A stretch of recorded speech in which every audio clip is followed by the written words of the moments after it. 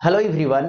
आज के सेशन में हम डिस्कस करने वाले हैं ट्वेल्थ क्लास की फिजिक्स, जिस चैप्टर का नेम है मूविंग चार्ज एंड मैग्नेटिज्म, जिसमें आज का जो टॉपिक आने वाला है वो है बायोट-सेवर्ट लॉ से रिलेटेड। यानी ये जो क्लास होने वाला है वो इंग्लिश मीडियम के स्टूडेंट के लिए होने वाला है। तो आप यदि बायोट-सेवर्ट लॉ को अच्छे से समझना चाहते हैं, इसका पर्पस क्या है, तो जुड़े रहिए इस टॉपिक के साथ। आज बतलाने वाला हूं जिस टॉपिक का हाईलाइट देख लीजिए, टॉपिक का नेम क्या क्या है। तो सबसे पहले रहेगा इसमें Maxwell's right hand rule, second रहेगा बायोट सेवार्ट लॉ। अब देखिए ये जो रूल्स हैं, दोनों लॉ है, वो किस लिए है।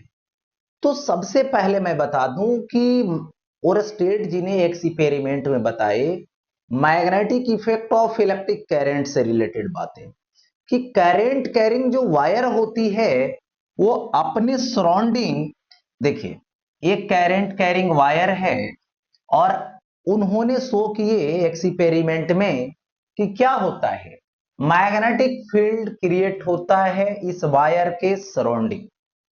ओके, इस वायर के सराउंडिंग मैग्नेटिक फील्ड क्रिएट होता है। तो सबसे पहले बात आती है कि उसकी डायरेक्शन क्या होगा, क्योंकि मैग्नेटिक फील्ड एक वेक्टर क्वांटिटी है, उसके पास मैग्नीट्यूड है और डायरेक्शन है। तो सबसे फर्स्ट मैटर आता है कि उसकी डायरेक्शन क्या होती है। तो इससे जो क्रिएट होगा मैग्नेटिक फील्ड, उसकी डायरेक्शन बतलाने के लिए मैक्सवेल्स राइट हैंड रूल दिए। यानी इससे जो क्रिएट होगा मैग्नेटिक फील्ड, उसको शो करवाने के लिए मैक्सवेल राइट हैंड रूल का यूज करें। या तो फिर मैं बोल दूं कि कोई चार्ज पार्टिकल है, सपोज दैट, और ये मोशन करेगा तो ये भी अपने सराउंडिंग मैग्नेटिक फील्ड क्रिएट करेगा। तो इससे क्या होगी डायरेक्शन, मैग्नेटिक फील्ड की डायरेक्शन क्या होगी। तो मैग्नेटिक फील्ड की डायरेक्शन का प्रॉब्लम सॉल्व करेंगे मैक्सवेल राइट हैंड रूल से। लेकिन अब बात आती है कि डायरेक्शन के साथ इसका मैग्नीट्यूड भी है, यानी जब इसकी मेजरमेंट होती है तो मैग्नीट्यूड होती है और वहां पे डायरेक्शन भी मायने रखता है, डायरेक्शन का भी इंपॉर्टेंस होता है। तो डायरेक्शन तो मैक्सवेल जी के राइट हैंड रूल से लेंगे, लेकिन उसकी मैग्नीट्यूड क्या होगी, तो मैग्नीट्यूड फाइंड करने के लिए ये जो है से वायोट एंड सेवार्ट नाम के दो साइंटिस्ट थे, दोनों ने अपने नेम पे ला रखा, जिसका नाम पड़ा बायोट सेवार्ट। तो आप जो आज पढ़ने वाले हैं दोनों ला, मतलब दोनों कंडीशन, दोनों टॉपिक एक में है कि आप डायरेक्शन को बतलाएंगे, डायरेक्शन को रिप्रेजेंट करेंगे, और दूसरे जो ला है उससे आप क्या करेंगे, तो मैग्नेटिक फील्ड की मैग्नीट्यूड फाइंड करेंगे। यानी एक डायरेक्शन देने वाला है और एक मैग्नीट्यूड देने वाला है। तो यही आज का टॉपिक है। तो सबसे पहले बारी बारी से अब डिस्कस करता हूं, मैक्सवेल्स राइट हैंड रूल है। मैक्सवेल राइट हैंड रूल देखिए होता क्या है। सबसे पहले बता दूं कि यदि एक कंडक्टर वायर है और इस कंडक्टर वायर के सराउंडिंग आप किसी भी पॉइंट पे यदि आप मैग्नेटिक फील्ड की डायरेक्शन को शो करवाना चाहते हैं, रिप्रेजेंट करवाना चाहते हैं, तो आप क्या करें कि इस कंडक्टर वायर को अपने राइट हैंड की जो मुट्ठी है उसमें इस तरह से अटैच माने होल्ड करें कि जो थंब है वो करंट के डायरेक्शन, देखिए करंट डाउनवर्ड है तो करंट के डायरेक्शन में इसको होल्ड कर, और फिंगर को इस तरह से मोड़ी, तो फिंगर जो है इस तरह से ऐसे, कर्ल फिंगर ऐसे ऐसे डायरेक्शन शो करेगा। तो यहां पर जो इसके सराउंडिंग मैग्नेटिक फील्ड होगी वो इस तरीके से, यहां पे देख सकते हैं मैग्नेटिक फील्ड इस तरीके से, करंट डाउनवर्ड ऐसे, ठीक है। तो ये चीजें होती, तो यहां पर डायरेक्शन शो, यानी यदि करंट वायर ऐसे रहता और करंट ऊपर की तरफ, उसको ऐसे और इस तरह से ऐसे घूमता मैग्नेटिक, ठीक है। तो यही है, if a straight conductor carrying current is held in the right hand such that the thumb is pointed in the direction of the current. देखो थंब जो है किधर है, उसकी जो डायरेक्शन है उसका पॉइंट दिया हुआ है आई के तरफ।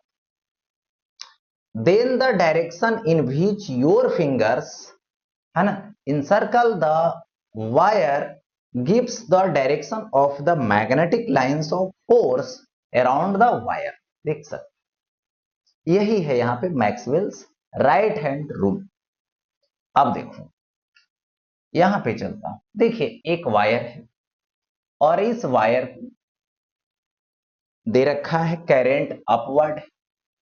तो जैसे करंट अपवर्ड है तो अब देखिए करंट के डायरेक्शन में थंब दिखाएंगे, अंगूठा ऊपर करली फिंगर, तो इस तरफ क्या कर रहा है, इन कर रहा है। और ऐसे देखो इस तरफ आ जाइए तो इस तरफ क्या हो रहा है, आउट हो रहा है, मतलब ऐसे ऐसे ऐसे घूम रहा है।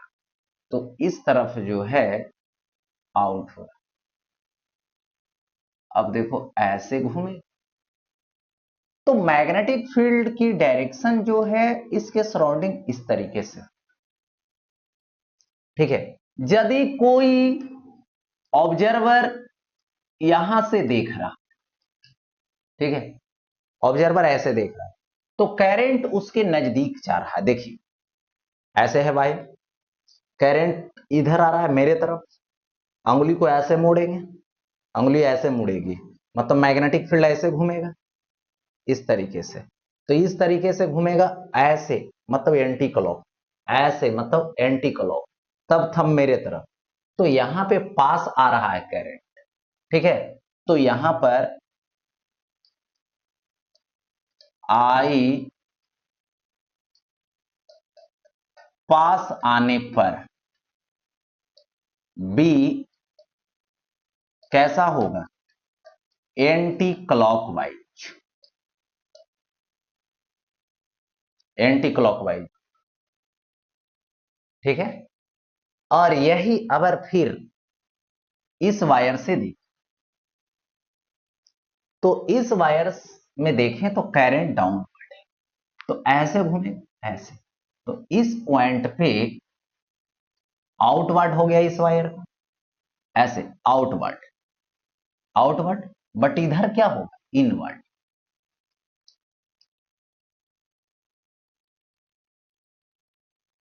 ऐसे हो गया ऐसे इस तरीके से। और यहां से व्यू ले रहा है कोई ऑब्जर्वर, ठीक है। तो अब देखिए करंट दूर जा रहा है तो ऐसे उंगली घूमेगी, ऐसे ऐसे ऐसे ऐसे, जैसे घुमा तो क्लॉकवाइज हो, यानी आई दूर जाने पर बी क्लॉकवाइज, आई दूर जाने पर बी क्लॉकवाइज। यानी एक ही वायर में यदि ऑब्जर्वर इधर से देख रहा है तो करंट नजदीक आ रहा है, तो उसके लिए मैग्नेटिक फील्ड कैसा होगा, एंटी क्लॉक। और वही ऑब्जर्वर जब इस तरफ आ जाएगा तो उससे क्या हो रहा है, दूर जा रहा है, तो इधर से देखने पर क्लॉकवाइज है, ऐसा। तो ये हो गया स्ट्रेट के। अब देखो यहां से आई घूम रहा है ऐसे, ऐसे घूम रहा है, तो जब करंट घूमेगा तो ये जो घूमने वाली फिंगर है, इन सर्कल वाला कर्ल फिंगर, वो करंट रिप्रेजेंट करेगा और थंब जो है डायरेक्शन रिप्रेजेंट करेगा, कौन, मैग्नेटिक फील्ड का। तो यहां पे जस्ट रिवर्स कर दो, करंट इधर, फील्ड, तो यहां पे फील्ड की डायरेक्शन इधर होगी और ऐसे, ठीक है। तो इधर से कोई देख रहा है, सपोज दैट कोई ऑब्जर्वर, तो उसको करंट जो है वो कैसा लग रहा है, एंटी क्लॉकवाइज लग रहा है। तो एंटी क्लॉकवाइज कब होगा, पास आने पर, ठीक है। आई पास आएगा तो बी एंटी क्लॉकवाइज, और यदि आई एंटी क्लॉक होगा तो बी पास आएगा। देखो बी पास आ रहा है तो उसको करंट कैसा लगेगा, एंटी क्लॉक वाइज लगेगा। बट वही ऑब्जर्वर इस तरफ से यदि देखेगा तो उससे मैग्नेटिक फील्ड दूर जा रही है और उसको कैसा फील होगा करंट, एंटी क्लॉकवाइज। देख सकते, देखिए अगर जो है से इस तरीके से करंट घूम रही है ऐसे, तो थंब का इंडिकेशन किधर, नीचे। तो थंब का इंडिकेशन नीचे की तरफ, यानी मैग्नेटिक फील्ड नीचे की तरफ। यहां पर कोई ऑब्जर्वर है जो ऑब्जर्व कर, तो देख रहा है कि ऐसे घूम रहा है नीचे की तरफ, तो उसको लगेगा कि मैग्नेटिक फील्ड दूर जा रही है, मतलब ये जो है ये कैसा है, क्लॉकवाइज। या तो क्लॉकवाइज है तो क्या होगा, उससे दूर जाएगा। क्लॉकवाइज सिचुएशन दूर की तरफ जाएगा और एंटी क्लॉक में पास में आएगा। देखो करंट पास आएगा तो मैग्नेटिक फील्ड उसके लिए एंटी क्लॉक होगी, और यदि करंट एंटी क्लॉक है तो मैग्नेटिक फील्ड उसके पास आएगा। ये बात है, ठीक है। यानी यहां पर वही चीज है, ठीक है। यहां पर आई कैसा है, आई एंटी क्लॉक वाइज, ठीक है। तो बी पास आएगा, ठीक है, बी पास आएगा। और इसमें क्या हो रहा है, आई क्लॉकवाइज दिखा, आई क्लॉकवाइज, तो बी दूर जाएगा, बी दूर जाएगा। हो गया ऐसा, सिंपल। अब देखो आगे बढ़ता, ये जो है प्लस क्यू चार्ज है। प्लस क्यू चार्ज की जो पाथ है वो ये है, ऐसे आ रहा। तो जिधर करंट होगा, ठीक है, इसमें जिधर करंट होगा उधर ही क्या होगा, चार पॉजिटिव चार्ज जा रहा, या तो जिधर पॉजिटिव जा रहा है उधर करंट हो, तो इसमें करंट की डायरेक्शन इसके मोशन के डायरेक्शन में, ठीक है। तो इधर से कोई व्यू लेगा, कोई ऑब्जर्वर है, तो उसके पास में आ रहा है करंट, तो उसको तो मैग्नेटिक फील्ड लगेगा यहां पर इसके सराउंडिंग, कैसा, पास आएगा, एंटी क्लॉक, ठीक है। पास आएगा तो देखो ऐसे ऊपर जा रहा है तो ऐसे घूमेगा, तो यहां पे इन करेगा और यहां से आउट करेगा मैग्नेटिक, और इस तरह से घूमेगा मैग्नेटिक फील्ड, तो उसको एंटी क्लॉकवाइज दिखेगा, ठीक है। और यही यदि इस पर मैं बात करूं कि कोई ऑब्जर्वर यहां से ऑब्जर्व कर रहा है, ठीक है, तो करंट की जो डायरेक्शन होगी,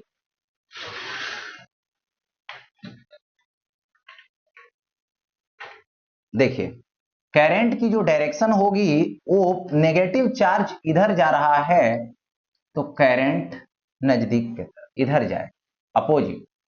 तो अब करंट इधर जा रहा था, ऐसे घूमेगा, कर्ल इन सर्कल ऐसे बनाए, मतलब इधर के तरफ बाहर हो और इधर के तरफ अंदर होगा, तो ऐसे घूमेगा, मतलब ऐसे। तो करंट दूर जा रहा है तो क्लॉकवाइज दिखेगा उसको। तो देखिए पॉजिटिव चार्ज नजदीक आएगा तो एंटी क्लॉकवाइज, नेगेटिव चार्ज नजदीक आएगा तो clockwise. Same situation, positive charge दूर जाएगा तो क्या होगा, anti clockwise. Negative charge sorry दूर जाएगा ये तो क्लॉकवाइज, और नेगेटिव चार्ज दूर जाएगा तो ये एंटी क्लॉकवाइज। बस पलटी कर देना। तो यहां पर सिंपल पॉजिटिव चार्ज, ठीक है, पास आएगा तो बी एंटी क्लॉकवाइज, ठीक है। और ये कौन है, नेगेटिव चार्ज, नेगेटिव पास आएगा,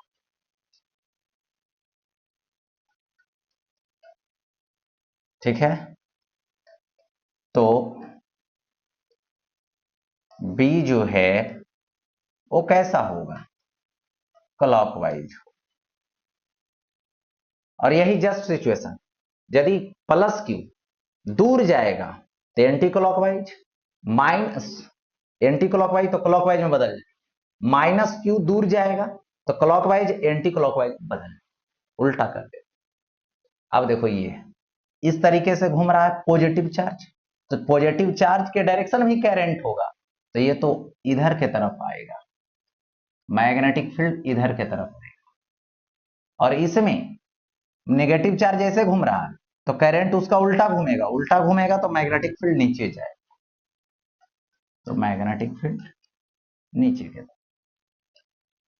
ये बातें हो गई। तो ये हो गया डायरेक्शन से रिलेटेड, डायरेक्शन। अब आता है बायोट सेवार्ट लॉ। तो बायोट सेवार्ट लॉ मैंने बोला कि किसके लिए यूज कर, तो यहां पे बायोट सेवार्ट जो लॉ है वो करंट कैरिंग जो वायर होती है वो अपने सराउंडिंग मैग्नेटिक फील्ड क्रिएट करेगा, तो किसी भी पॉइंट पे उसकी मैग्नेटिक फील्ड क्या होगी, वो मैग्नेटिक फील्ड फाइंड करने के लिए इसका यूज किया जाता है। तो सबसे पहले बता दूं यहां पर कि सपोज कीजिए ये वायर है, इसमें करंट आई पास हो रही, इसमें एक छोटा सा पार्ट कट कर लूं और ए पार्ट जो है वो डीएल पार्ट है, यही डीएल है। तो यहां पे मैं लिखूं आई डेल्टा एल, जिसको बोलता हूं करंट एलिमेंट, इसको क्या बोलता हूं, तो करंट एलिमेंट बोलता हूं। और ये जो है आई डेल्टा एल वो एक क्या है, यहां पे वेक्टर क्वांटिटी है, ये एक वेक्टर क्वांटिटी है जिसकी डायरेक्शन जिस पॉइंट पे डीएल पार्ट या तो डेल्टा एल पार्ट कट करोगे उसी के करंट के डायरेक्शन में होगा।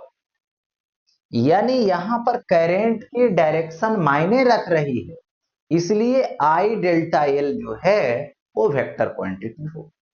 और इसमें यदि हम सपोज करें कि यहां पर कोई पॉइंट और इसकी डिस्टेंस लेना है तो इससे ले लीजिए, तो आर डिस्टेंस ले, तो यहां पे एक एंगल बनाया है थीटा एंगल, और यहां पे हमें मैग्नेटिक फील्ड निकालनी है, तो डेल्टा एल है तो डेल्टा बी मैग्नेटिक फील्ड देगा।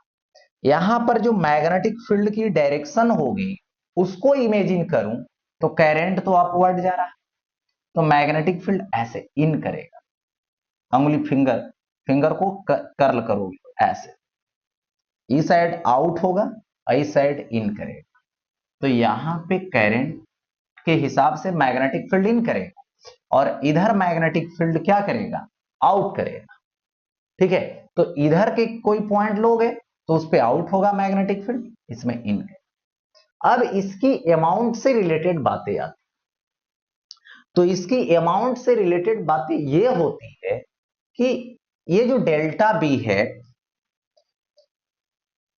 ये वैरिज होता है आई डेल्टा एल, इक्वेशन फर्स्ट।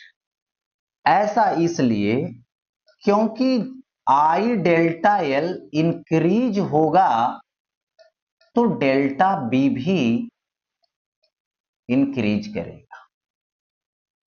इसलिए अब देखो सेकेंड सिचुएशन आता है इस साइन थीटा वाले का।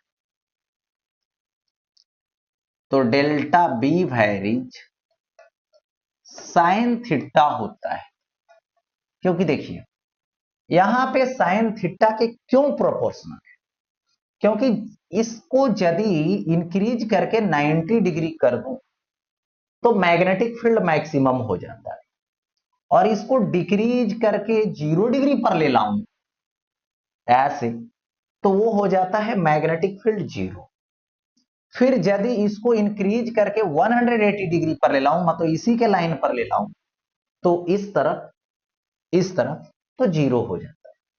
इसका मतलब है कि साइन थीटा के फॉलो कर रहा है, क्योंकि साइन 90 डिग्री मैक्सिमम होती है, साइन 0 डिग्री 0 होता है, और साइन 180 डिग्री 0 होता है। इसलिए किसको फॉलो करना, साइन थीटा को फॉलो करना, इसलिए साइन के अकॉर्डिंग बात करेंगे। तो साइन थीटा का कंडीशन लिया। फिर देखो ये डिस्टेंस है, तो ये डिस्टेंस में डेल्टा बी वैरिज 1/r² होता है।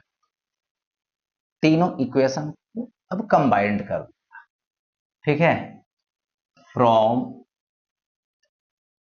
Equation first, equation second and equation third.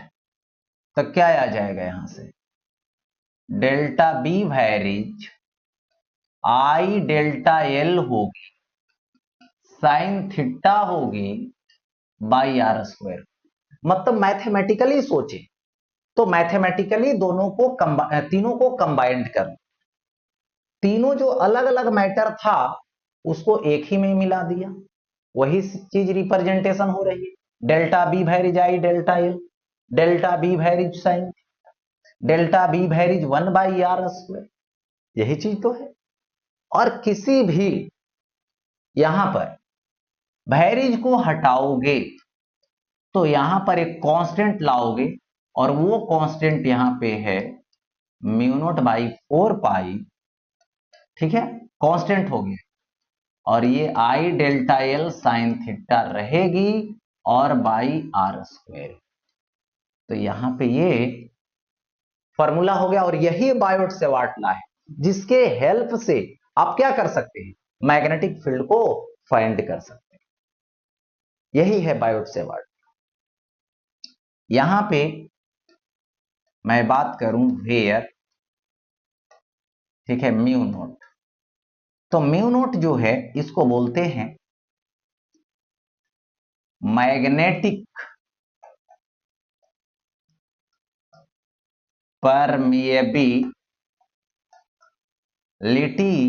Of free space, या तो इसी को बोलते हैं मैग्नेटिक परमेबिलिटी इन वैक्यूम, या तो फ्री स्पेस। इसकी जो वैल्यू होती है म्यू नोट इज इक्वल तो 4π इंटू 10⁻⁻7 टेस्ला मीटर पर एम। ये वैल्यू है जो इंपॉर्टेंट, टेस्ला मीटर पर एम्पियर होता है ये हो। अब बात आती है कि ये जो डेल्टा बी है इसको वेक्टर फॉर्म में, ठीक है, तो इसको वेक्टर फॉर्म में लिखने का क्या रीजन है, कैसे लिखेंगे ये समझना। तो देखिए इन vector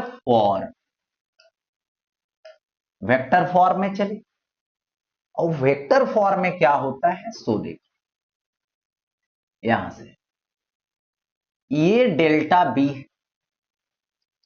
is equal to μ0/4π I delta L sine theta है बाई r²। इसमें r से मल्टीप्लाई कर दूं और r से डिवाइड, ठीक है।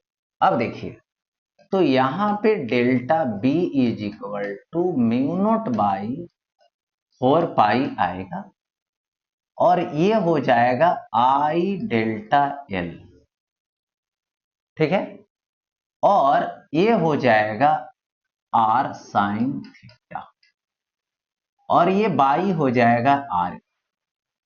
आपने जो देखा कि ये जो डेल्टा एल है, ठीक है, ये डेल्टा एल है जो करंट के डायरेक्शन में, यहां पे आर है डिस्टेंस, एंगल थीटा है, यहां पे मैग्नेटिक फील्ड किधर की तरफ है, इनसाइड। तो अब देखो डीएल आई डेल्टा एल वेक्टर है, आर वेक्टर है, दोनों के बिटवीन एंगल थीटा है, तो साइन थीटा लग गया तो क्रॉस प्रोडक्ट, कॉस थीटा होता तो डॉट प्रोडक्ट होता। तो यहां पे डेल्टा एल इधर, फील्ड यहां अंदर है, तो आर की तरफ लाइए डेल्टा एल क्रॉस आर, तब अंदर जा रहा है, और बाहर की तरफ होता तो आर क्रॉस डेल्टा एल में, लेकिन वैसा है नहीं। तो क्या इनसाइड, तो ऐसे घूमेगा तब नहीं इनसाइड जाएगा। तो यहां से delta B is equal to mu naught by 4 pi, और ये आई डेल्टा एल और क्रॉस आर होगा, और बाई क्या होगा आर क्यू, ये वेक्टर फॉर्म। यही यदि डेल्टा एल एल होता तो that is B is equal to लिखते म्यू नॉट बाई 4 पाई और I L sine theta by R square, और इसी को वेक्टर फॉर्म में लिखते mu naught by 4 pi I L cross R और बाई आर, बस हो जाता, ये वेक्टर फॉर्म हो जाता। अब देखो बातें आती है यहां पर जो है मैग्नेटिक फील्ड से रिलेटेड। यहां पर देखिए म्यू नोट का एसआई यूनिट और डायमेंशन। तो सबसे पहले यहां पर SI unit of mu naught मतलब मैग्नेटिक परमिबिलिटी। तो देखो इसको कैसे चेक करेंगे, ये तो होता है डायरेक्ट होता है कि टेस्ला मीटर पर एम्पियर लिख, लेकिन ये कैसे लिखे, तो देखिए फार्मूला के अकॉर्डिंग चलिए, B is equal to mu naught by 4 pi I L sine theta by R square.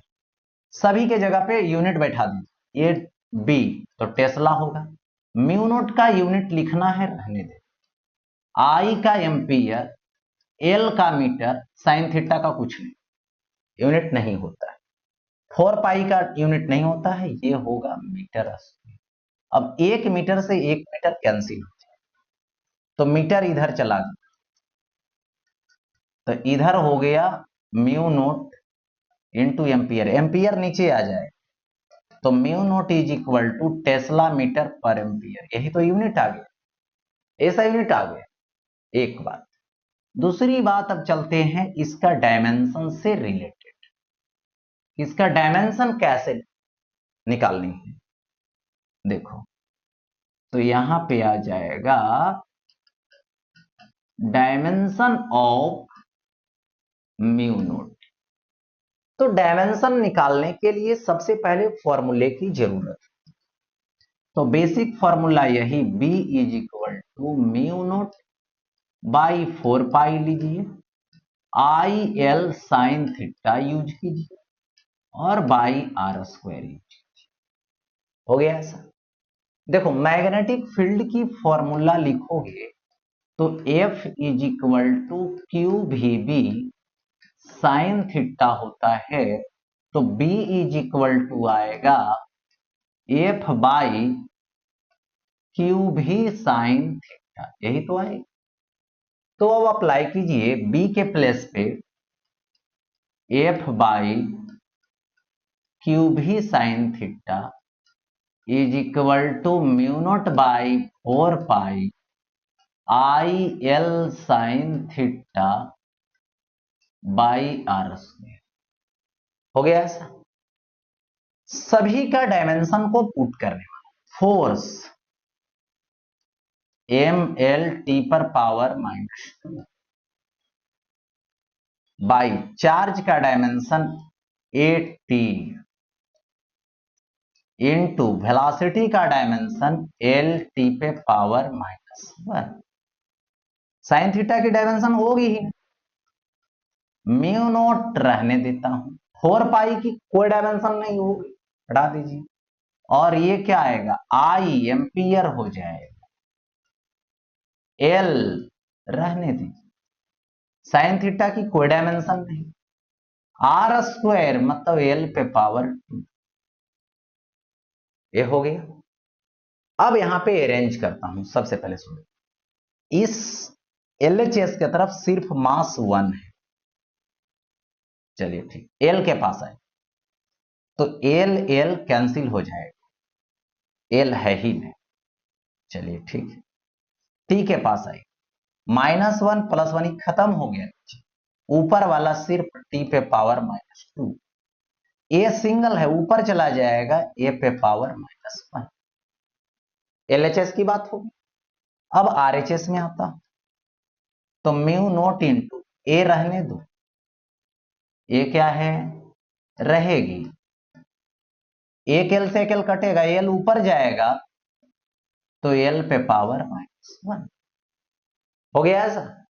अब देखो म्यू नॉट लिखूंगा, mu naught is equal to M T पे पावर -2 ए पे पावर -1, इधर मल्टीपल में तो इधर डिवीजन में आएगा, तो ये एल पे पावर -1 हो गया ऐसा। ऊपर लेकर चले जाइए तो एम है, देखो एल ऊपर जाएगा तो -1 से +1 हो जाएगा, टी पे पावर -2 हो जाएगा, ए पे पावर ऊपर जाएगा तो -2 हो जाएगा, मैटर क्लियर, यानी ये डायमेंशन निकल, ठीक है, ये चीजें। अब देखो आगे बढ़ते हैं, नेक्स्ट, अब देखो बात यहां पे ये आती है कि यदि ये वायर है और इस वायर में मैंने जो डीएल पार्ट कट किया है, करंट इस तरीके से, तो ये जो आईडीएल की डायरेक्शन है उसी के एक्सिस को मैं ऐसे रिप्रेजेंट, और यहां पर एक पॉइंट ले लूं, ठीक है, एक पॉइंट ऐसे 90 डिग्री पर ले लूं और एक पॉइंट यहां लूं, तो ये हो गया एम, ये हो गया एन, और सपोज कीजिए ये पी, ये 90 डिग्री पर है, ठीक है, तो एम पॉइंट पर जाएंगे तो ये जो आर है 0 डिग्री बना लेंगे, तो यहां पे मैग्नेटिक फील्ड 0, इस तरीके से एंगल बढ़ करके 90 डिग्री हो जाएगी, तो ये 90 डिग्री पर जो एंगल होगा यहां पर मैग्नेटिक फील्ड मैक्सिमम, ठीक है, यानी बी मैक्स होगा, यानी इसको ऐसे लिख दूं तो बी इज क्या है, मैक्स होगा, उसी को इंक्रीज कर दूं तो यहां पर आ जाएगा तो 180 डिग्री बना लेगा, तो बी इज इक्वल टू क्या आ जाए, 0 हो जाए, तो ये चीजें देखने को मिलता है, ठीक है। अब देखो आगे मैं बताता हूं, इसमें सिचुएशन क्या है, ये सपोज दैट कोई चार्ज पार्टिकल है जो क्यू इस पाथ पे मोशन कर रहा, ठीक है, तो इसके एक्सिस पे कोई भी पॉइंट ले लोगे, इस मोशन के लाइन पे, एक्शन लाइन पे कोई भी पॉइंट ले लोगे, तो इससे जो मैग्नेटिक फील्ड क्रिएट होगी वो मैग्नेटिक फील्ड 0, जिस एक्सिस पे ये चल रहा है, एक बात। दूसरी बात ये समझिए कि यदि यहां पर कोई पॉइंट लिया और इस पॉइंट पे मैग्नेटिक फील्ड इमेजिन किया, जब ये आ रहा है, जब यहां पे पहुंचेगा तो मैग्नेटिक फील्ड मैक्सिमम होगा, जब चार्ज यहां पे पहुंचेगा तो मैक्सिमम होगा, तो इधर के तरफ मोशन हो रहा है, तो इधर के तरफ मोशन हो रहा है तो यहां पर मैक्सिमम, यहां पर पहुंचेगा तो मैक्सिमम मैग्नेटिक, यानी इधर से आ रहा है तो मैग्नेटिक फील्ड इस पॉइंट पे इंक्रीज करते जा रहा, भी इंक्रीज करते जा, और जैसे इस पॉइंट को क्रॉस कर गया तो फिर इसका डिस्टेंस इंक्रीज करने लगा। तो उस केस में इस पॉइंट पे मैग्नेटिक फील्ड जैसे ही इस पॉइंट को क्रॉस किया वैसे ही मैग्नेटिक फील्ड इस पॉइंट पे डिक्रीज करना शुरू कर, यानी इधर आएगा तो इस पॉइंट पे मैग्नेटिक फील्ड इंक्रीज होगी, और जैसी चार्ज पार्टिकल पास कर जाएगा वहां से तो क्या होगा, मैग्नेटिक फील्ड डिक्रीज करना शुरू कर। मतलब कोई भी charge particle, single charge particle इस तरीके से मोशन करे तो किसी पॉइंट पे नजदीक माने उसके नजदीक आने वाला है उस समय मैग्नेटिक फील्ड इंक्रीज करेगा, और जब दूर चलने लगेगा तो मैग्नेटिक फील्ड डिक्रीज करेगा। लेकिन यही बीम जाता, चार्ज का बीम चलता रहेगा कंटिन्यूअस लगातार, तो यहां पर मैग्नेटिक फील्ड क्या होता, कांस्टेंट होता। लेकिन ऐसे क्या है, तो इस पॉइंट पर मैग्नेटिक फील्ड वेरिएबल है। ये चीजें को समझना। तो ये रहा दोनों का कंडीशन, डायरेक्शन कैसे निकालेंगे और मैग्नीट्यूड कैसे निकालेंगे, किसका, मैग्नेटिक फील्ड का, ड्यू टू करंट वायर या तो मूविंग चार्ज से रिलेटेड आज की क्लास थी। ओवर होता है, फिर मिलते हैं नेक्स्ट।